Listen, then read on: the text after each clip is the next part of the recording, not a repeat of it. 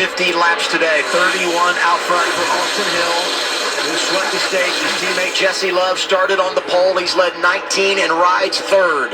I feel like Love is trying to get that gap built. If you watch on the entry to one, you'll see him back up, and I feel like he's intentionally backing up to Eric to try to get that run time out. And you'll do that multiple laps in a row to try to figure where you can let up, how much you can slow down, and you're also trying to mess up the rhythm of those two in front because they know you're doing that, so they're backing up as well. But as you see him doing that, that's intentional. That's trying to figure out how much can I slow down. Now I'm wide open. How much of a run can I get down the front straightaway? Can I back up into Eric Almirola, who's right behind me? You're trying to work that all out and hoping that your plan works when you need it. Right, and it's a delicate game. You're using the brake, you're lifting a bit, you're trying to figure out that rhythm and mix of the pedals to figure out exactly how to do that, where the timing works best. Should it happen on the front stretch? Should it happen on the back stretch? These are all the things you're testing and plotting right now when you're in his position, thinking that, hey, this could ride up top all the way to the last lap. What's going to be my move? I've got to figure that out.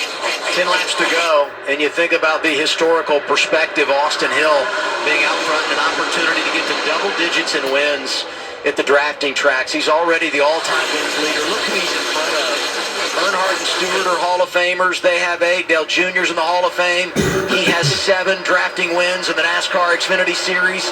Hill could hit 10 today and sweep the season here at Talladega. I have watched hundreds of races on tracks like this and been a part of a lot of them, and my heart still takes off when it gets to the end. Because you know all of the thoughts that are going through these drivers' heads and what they want to have happen and what they're trying to make happen. And it doesn't take just the move you make. It takes the people around you to make decisions as well that don't crush you and that can maybe benefit you as well. Hey guys, be ready. Be paying attention. The moves are coming anytime from anybody. Right, that's what you're doing. If you're in his position, Austin Hill, you're just simply thinking, where's it going to come from? Where's the run? Who's going to make the move? Where's the line going to happen? As we see that some of the cars back there trying to make something happen on the bottom, led by Nick Sanchez. He's been the most aggressive at that throughout this entire run. Jeff Burton looks like he tried to get there and help them. That's not working out for him. And as I look back there, I see Eckes, Sanchez, Daniel Dye. Why not? You know, at this point, Carson Quapple, for sure. Why not try and help that bottom lane, get down to the bottom, try to make some momentum?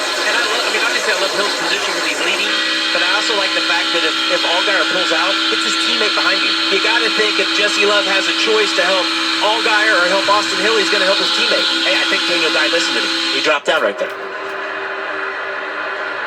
8 laps to go, and you talk about when do you make the move, and the other thing I would add now that we're inside of 10 laps remaining is the reminder, once you take the white flag, if the caution comes out, at that point the race is over.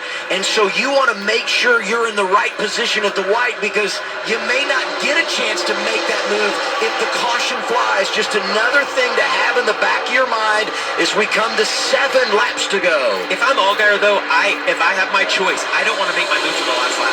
I want to wait as long as I can, and it's so hard inside of the car. They're counting these laps down for you, but you want to wait till the very end. If you're back where Eric is, you want to do it like a couple of laps ago. You might need a little more time. It's the weirdest feeling because it's sort of calm. Your heart rate can be a little bit lower, and you're just waiting for that moment, anticipating it almost. It's like watching a scary movie and waiting for the jump scare. You know it's coming, but you just don't know when. That's how some of these drivers are feeling as they ride this line. When you're running 10,000 scenarios through your head of if he does this is what I'll do. You're going through all of those scenarios. You see those guys getting 3 wide in the back, and that only helps the ones in front.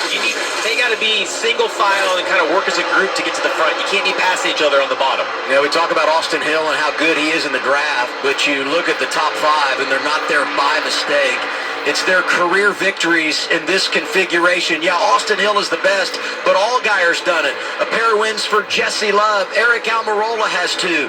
And Sammy Smith went to victory lane in this race a season ago. They're all capable, and they've all done it before, experiencing a celebration in this style of racing. 6 laps, now 5.5 to decide it at Talladega. Now the patience is just incredible of these guys in the front to lap after lap to to stay disciplined. As you see Jeb Burton, I think, pull on a line right here. His cousin Harrison right behind him. They worked really well together earlier in the race. Sanchez with them as well. They were being aggressive just a lap or two earlier. They were trying to link up there with Nick Sanchez. They've now done that. The colleague cars of Eckes and Daniel Dye just got back to the top lane. They were trying to make the bottom work.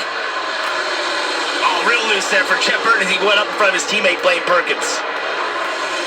5 laps to go.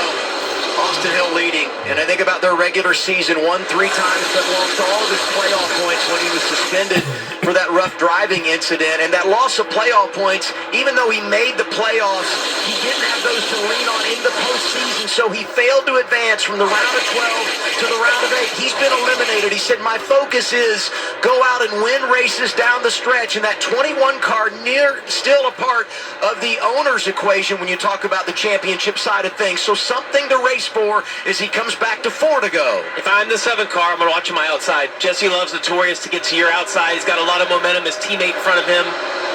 Got to protect that. I saw the last time through. Oh, you see Blaine Perkins really loose right here, trying to block Eckes on his inside. I'm surprised. They had 4 or 5 cars at one point.